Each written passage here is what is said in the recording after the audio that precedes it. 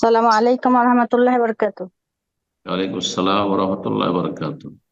আমি লন্ডন থেকে বলছি। জি, প্রশ্নটা বলেন। আমার এক ভাবি। প্রশ্নটা হলো, ওনার ছেলে বিয়ে করছে, এখন ওনার ছেলের বউকে ওনাদের বাবা মা বলে ডাকতে পারবে কিনা? সম্মানের উদ্দেশ্যে মুরব্বীদেরকে, বড়দেরকে বাবা মা বলা জায়েজ। জি। ওস্তাদকে বাবা বলা জায়েজ। কথা বোঝা গেছে? এইরকম আদরের জন্য বাবু বলা জায়েজ। হ্যাঁ, আম্মু বলা জায়েজ জায়েজ। যারা বলছে জায়েজ নয় তারা বুঝে না, তাদের কোনো ফিকহের জ্ঞান নেই।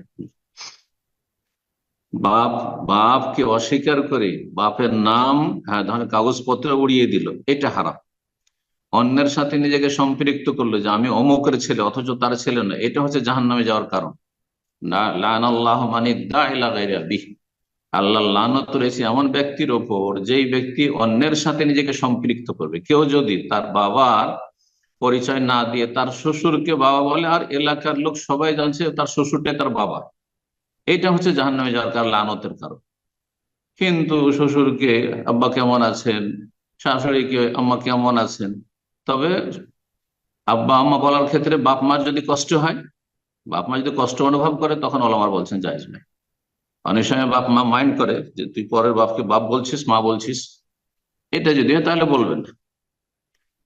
আশা করি বোঝা গেছে। তখন আঙ্কেল বলবে।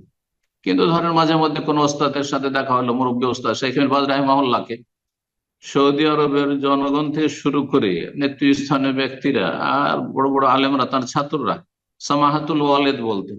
জায়েজ নয়? কি হলো তাতে? কোনো অসুবিধা নেই।